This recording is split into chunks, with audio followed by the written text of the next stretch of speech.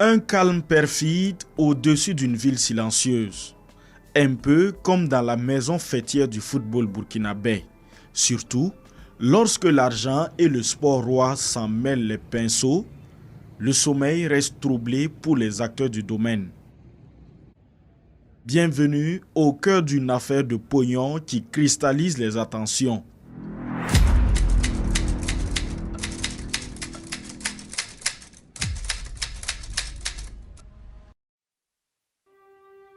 À Ouagadougou comme à Bobo-Dioulasso, deux villes symboles, cela fait maintenant plus de 2 semaines que le championnat d'élite est à l'arrêt.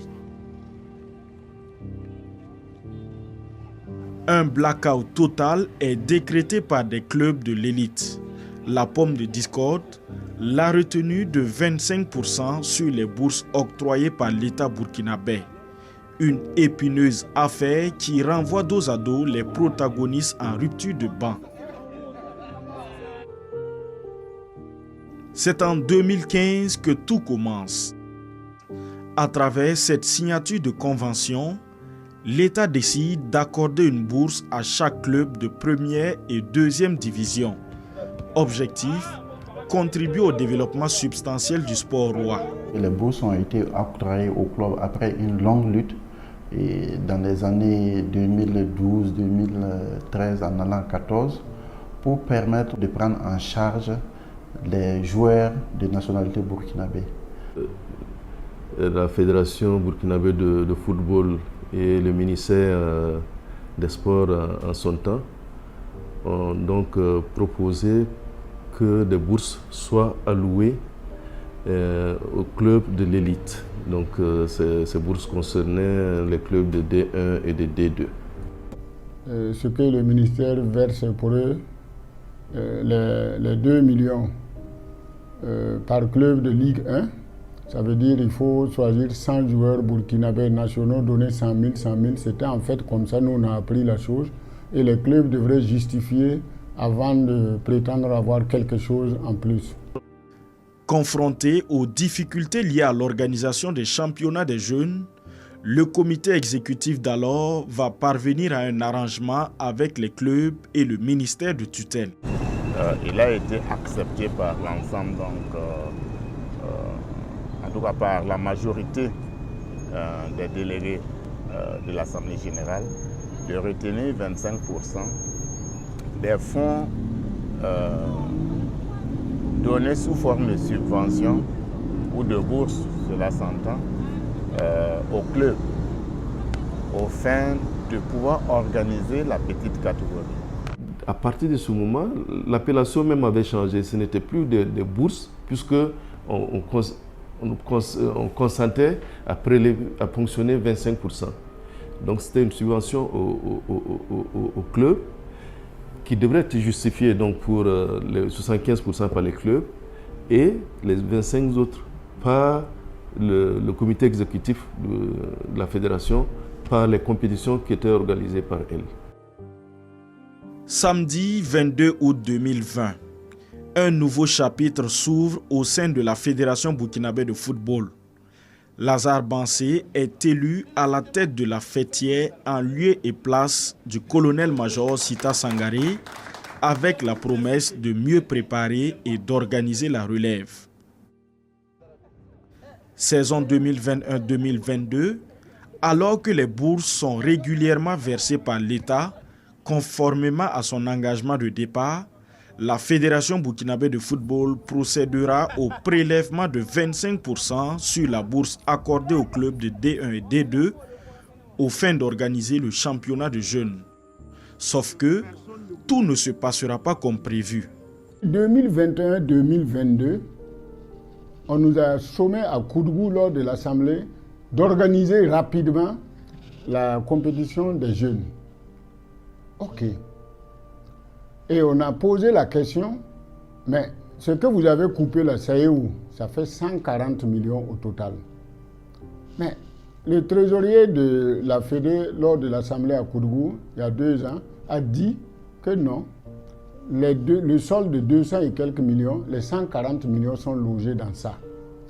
Mais on quitte l'Assemblée, on revient 2 semaines comme on nous dit d'organiser rapidement, on organise avec l'enveloppe qu'on a.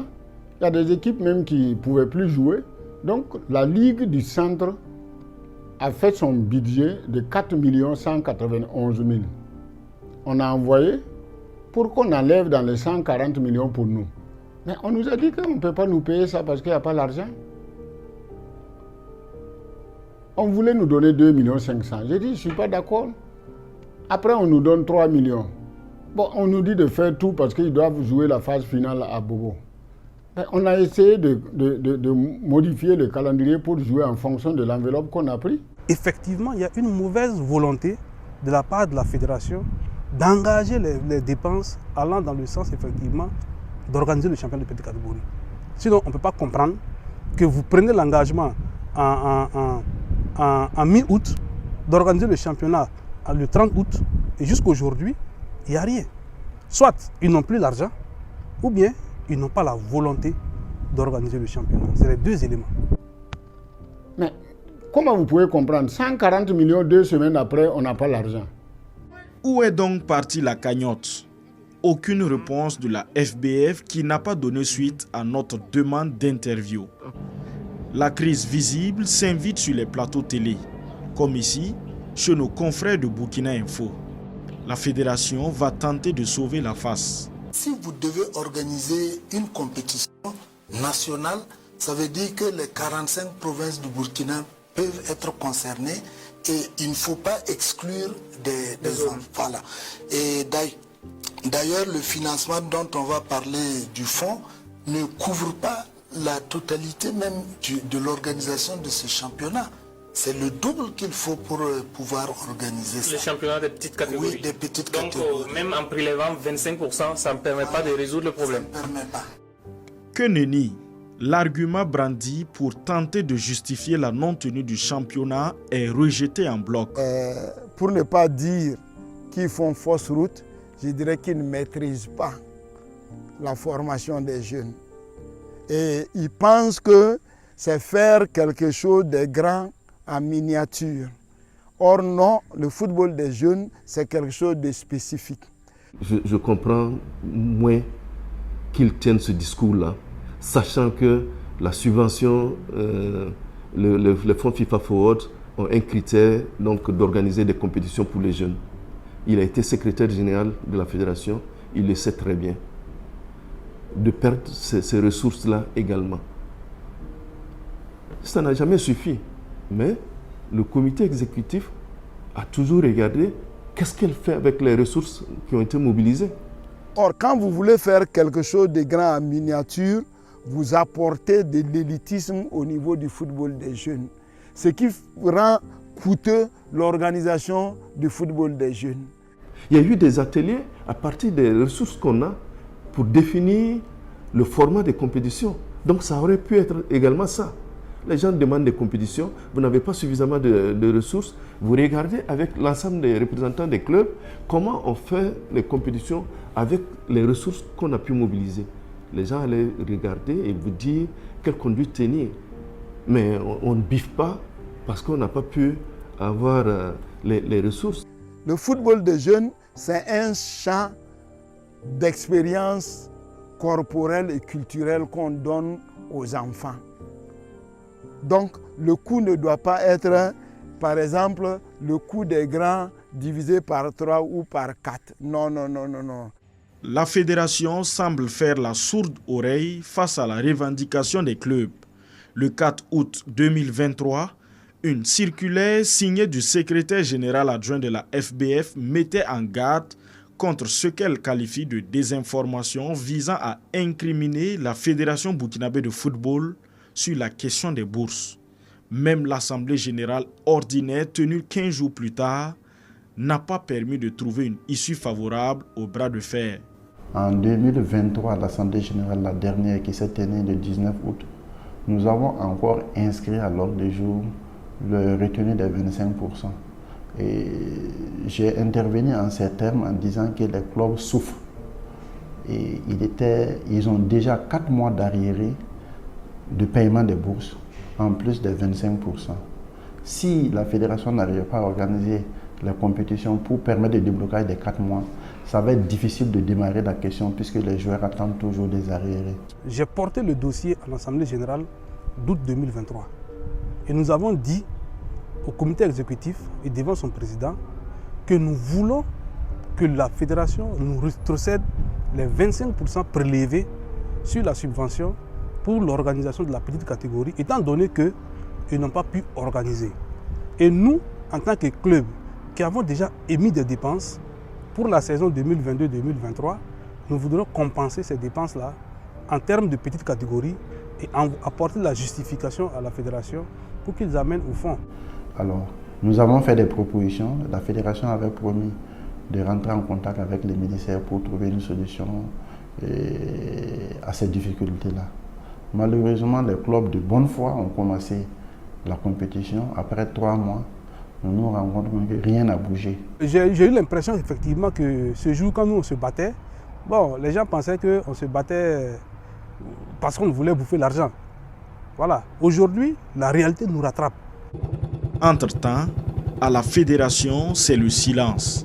Un mutisme, dit-on, narquois et inexpliqué de la fêtière qui égratigne les clubs. Nous avons écrit en toute responsabilité et en toute politesse. Voilà. Je pense que la meilleure forme serait qu'on nous écrive, qu'on nous dise aussi ce qui se passe, en tout cas pour qu'on soit plus sur le même pied d'information. Les clubs ne demandent pas une action supplémentaire de la fédération, ils demandaient simplement qu'on les reverse les 25% pour les soulager et ils avaient justifié pour permettre au fond de débloquer les 4 mois qui restaient. C'était aussi simple que ça. Il n'y a aucune considération du président Lazare Bansé vis-à-vis, n'est-ce pas, de nos clubs. Et pour lui, nous sommes, n'est-ce pas, des marionnettes à renverser un peu partout, à faire de nous tout ce qu'il veut, et ce qui n'est pas bien. Décidés et gonflés à bloc, les clubs passent à la vitesse supérieure. La suspension de la participation aux compétitions de la FBF est actée, notamment le championnat de Ligue 1 et de Ligue 2. Aujourd'hui, tout le monde est conscient des difficultés que vivent les clubs. C'est une revendication légitime et qui n'a d'autre but que de soulager les clubs dans leur fonctionnement. Ce n'était pas notre souhait, mais malheureusement, nous sommes au regret de constater que ce week-end, il n'y aura pas de compétition au niveau du Bobo. Les non-signataires de la convention, eux, y voient de la manipulation derrière cette affaire. Tout est politique. Voilà, quand tu regardes l'atmosphère, je me dis que non, il y a l'anguille sur roche. Lazare Bansé est là pour les clubs, mais quand vous regardez la situation, il y a certains clubs même et certaines ligues même qui sont en train de mettre le bâton dans les roues pour que Lazare Bansé démissionne. Voilà. Donc quand je regarde, même l'atmosphère actuellement, je me dis que tout est fait, tous les mayonnaises, ils sont en train de mettre tous les mayonnaises pour que M. Bansé décide de démissionner. Lorsque vous vivez une réalité, il n'est pas du devoir de quelqu'un de venir vous dire ce que vous vivez. Nous vivons une réalité. Les clubs n'ont pas les moyens. Les clubs ont des dettes. Et il y a de l'argent qui était destiné aux clubs que quelqu'un a bloqué. Et vous ne voulez pas que les clubs en parlent. Pourquoi? Celui qui pense que moi, en tant que responsable de club, je suis en train de dire mes réalités, qu'il y a quelqu'un qui me manipule, c'est vraiment malheureux pour la part de sa personne. Un dialogue de sourds entre la Fédé et les clubs. La crise s'enlise. Le football burkinabé est en danger. C'est une crise qui arrive également au lendemain de cette assemblée générale houleuse qui aurait pu permettre de régler tout cela ou en tout cas de mettre à plat les difficultés pour évidemment donc amorcer une nouvelle saison assez sereine. Malheureusement, contre toute attente, ça survient comme si ça surprenait les gens également. Mais à y voir de près, je ne pense pas que ça puisse surprendre outre mesure. C'est déplorable. C'est déplorable pour un pays qui il n'y a pas encore quelques heures était donc représenté au championnat du monde des moins de 17 ans. Pour un pays qui a débuté les éliminatoires de la prochaine Coupe du Monde avec une ambition d'y participer. Pour un pays qui a déjà fait la finale de la CAN, qui a occupé, on va dire, deuxième, troisième place. C'est vraiment déplorable, d'autant plus que c'est pour une affaire d'argent. Sans doute une mauvaise image d'un sport qui dandine, surtout avec ce blocage qui fait des mécontents sur toute la ligne. Les férus des stades et des terrains des villes et campagnes aussi s'en offusquent. En tout cas, championnat bloquera quand nous prenons. Supporters de ma fan sur le panneau, mais mam lub tore wanan kelo gwama ton tarna gomne ligue 1 wanamba ni ligue 2 wanamba président de club wanamba ya murwa zemene fédération do murwa zemetaba abana zemeta modern nga ton kemi la ton da to bam murwa zemetaba to ton supporter de me sourino to pas me repris championnat. Il faut faire preuve de courage pour s'afficher publiquement et aborder la question. Certains en ont payé le prix cher. À l'image de Fatoumata Sawadgo, traînée dans la boue des tribunaux pour avoir évoqué ce dossier brûlant sur les réseaux sociaux. Ni be gil fon to taw dama fa ya étalon yolo nyimti comme ki sa san kabe étalon kana wazini ina wona même bon étalon men kan yenda yi to hanka je comme ki sa yele wakat fa ti ligid kabe ti ligid han couple ligid kieda ye endala ton mi nganda tan nambanga ni be mbol mama sukrin geta la fo hongolide ngati ti ngoto sukwe play no men nga bureau pour men nga zinga ni man plaisant ni liga ni men to zinga la men sukwa ngebo liga bon ligid be ligid han couple ligid be tembe ti ligid kabe tonda la baton le tonto mamana weskan to nyamba yeti ligid kenga zile ni nga men nga na ilamte kasiri. Cette passionnée du cuiron, appelée affectueusement Tanti Eto, fondatrice de club et membre de la Ligue du centre de football, a eu maille à partir avec le président de la Fédération burkinabé de football, qui n'a pas aimé qu'elle parle d'une aussi brûlante affaire qui l'oppose à ses électeurs désenchantés. La convocation venait de la part du président, comme vous tous, vous l'avez tous vu. Mais aujourd'hui, moi ici, je dis je suis fière, très fière parce que j'ai été la femme qui a eu le courage de parler. Vous savez, Tanti Eto, bon, c'est pas, Tanti Eto n'est pas simple Tanti Eto. Tanti Eto gère plus de 200 enfants. Plus de 200 enfants, il faut aller voir ce qu'elle fait comme travail. Elle se bat seule. Mais maintenant, là, ici, elle est membre de la Ligue, elle s'occupe de la petite catégorie. Mais maintenant, la petite n'a rien dit de mal. Une petite catégorie, mais comme les D3, toute l'année là, tu vas former tes joueurs, former tout, payer tout ce qu'il faut, mais vous allez jouer peut-être 2 matchs. Celui qui a gagné jouer ces 3 matchs toute l'année. Est-ce que c'est bon? Il faut les faire jouer un bon championnat. Il faut mettre le paquet.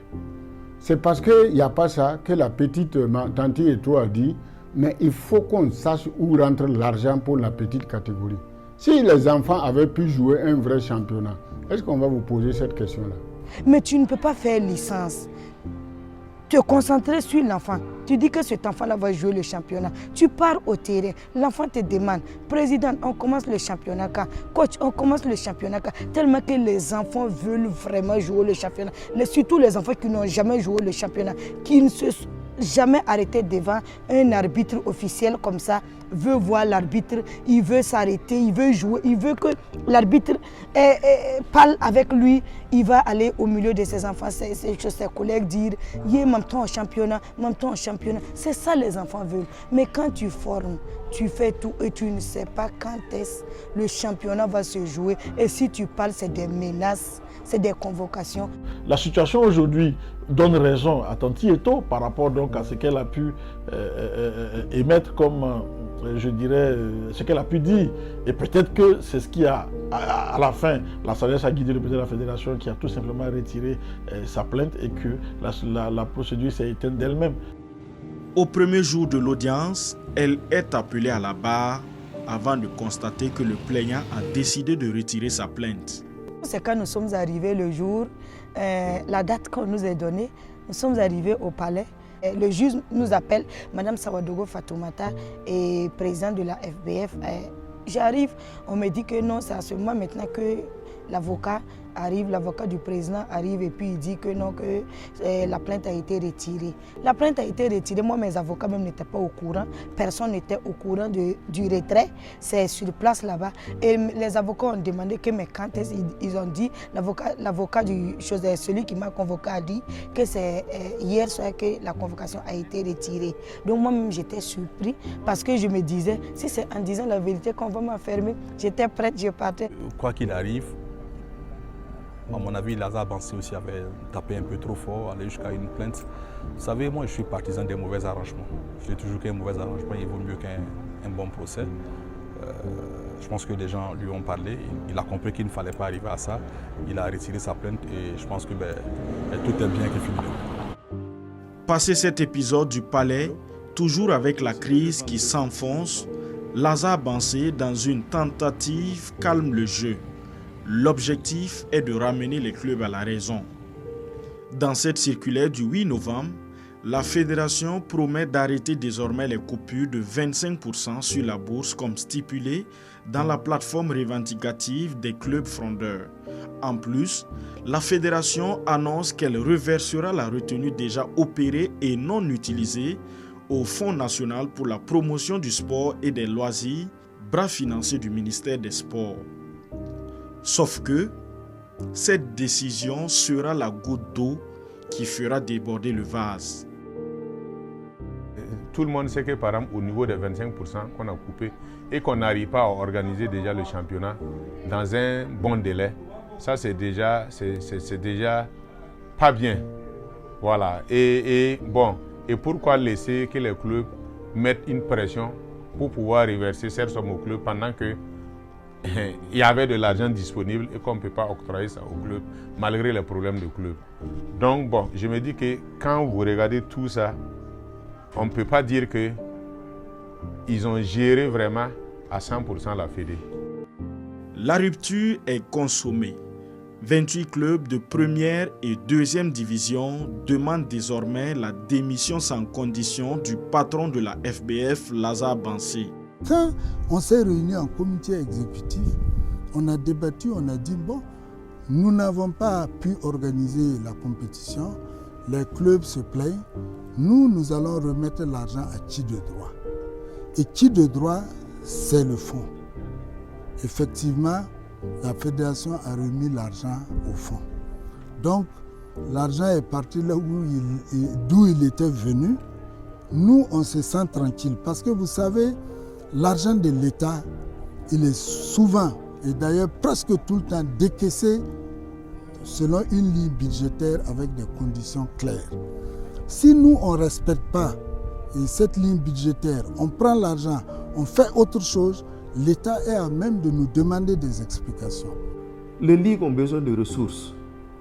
Les clubs ont besoin de ressources. La fédération a mobilisé des ressources que le fonds a bien voulu mettre à sa disposition. Les clubs demandent une justification, même si la fédération estimait qu'elle ne peut plus remettre ses ressources au club. Elle a des structures qui ont besoin d'organiser des compétitions. Les ligues n'en organisent pas parce qu'elles n'ont pas de ressources. Pourquoi elles n'auraient pas pu mettre ces ressources à disposition de ces structures-là pour gérer? En réalité, comme ils le disent, c'est vraiment de la pure méchanceté. Je pense qu'il y a un mépris clair à l'endroit des clubs. Et donc, ce qui a entraîné tout ce qui se passe en ce moment. Et donc, ça a été difficile à encaisser, mais nous pensons aussi que nous devons apporter de la correction à cela pour que plus jamais ça n'arrive dans notre football. Parce que déjà, avec les subventions, ce n'est pas facile. Et s'il faut les récupérer et puis ensuite aller les reverser pour empêcher les clubs de les toucher, c'est se dire non responsable des clubs. Et quand on voit comment ça se passe, c'est révoltant. Révoltant pourquoi? Voilà, aujourd'hui, ceux qui n'ont pas compris pensent que nous les empêchons de venir au stade ce soir. Je parle du public. Et nous vivons aussi avec des gens dans les quartiers et autres qui pensent que non, on en fait trop. Voilà, nous, tout ça te révolte. Quand tu sais que la fêtière devrait plus communiquer avec nous. On n'a rien compris, il y a eu des changements et voilà, sur les réseaux sociaux, nous apprenons qu'il a reversé la même somme des 25% au niveau, si vous voulez, qu'on appelle ça, du fonds. Et que je trouve ça que c'est un acte très méchant, c'est foncièrement méchant dans la mesure où nous, les clubs, nous avons demandé à ce qu'ils nous reversent ces sommes pour qu'on puisse travailler et donner au moins comme un grand élan, n'est-ce pas, au football burkinabé. Ça montre l'inculture des dirigeants actuels, surtout du premier dirigeant actuel. Parce qu'il ne sait pas que c'est une fêtière qui gère. C'est la fêtière des clubs qui est censé parler au nom des clubs et défendre les intérêts des clubs. Et tout ce qui rentre dans l'avantage des clubs, il doit être le premier garant de ça.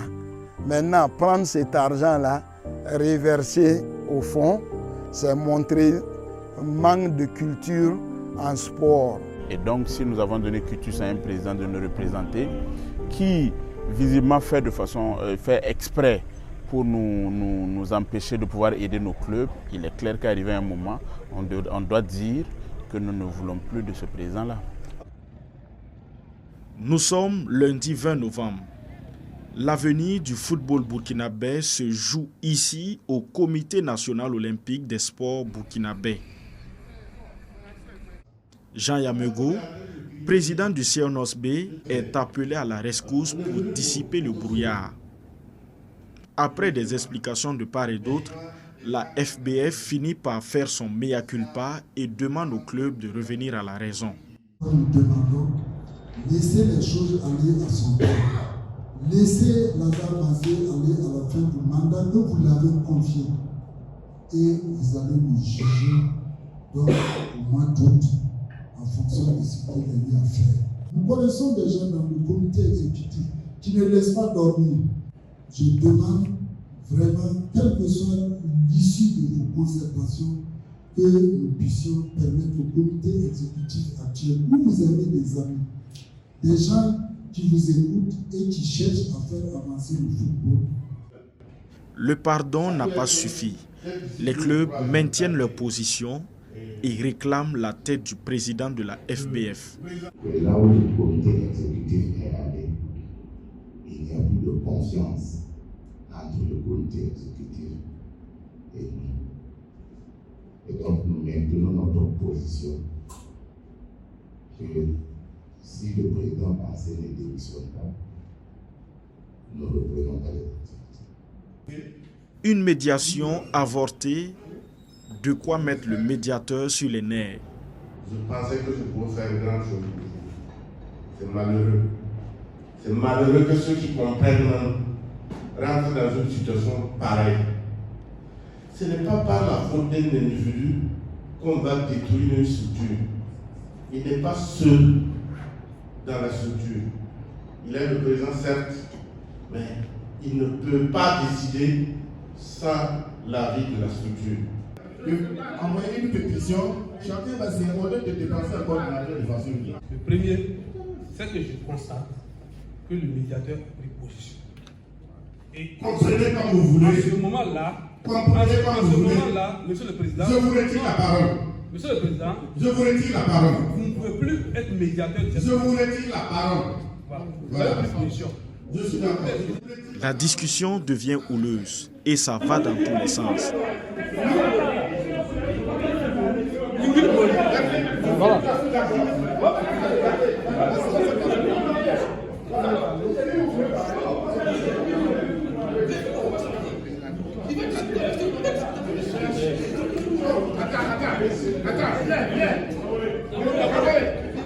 Viens.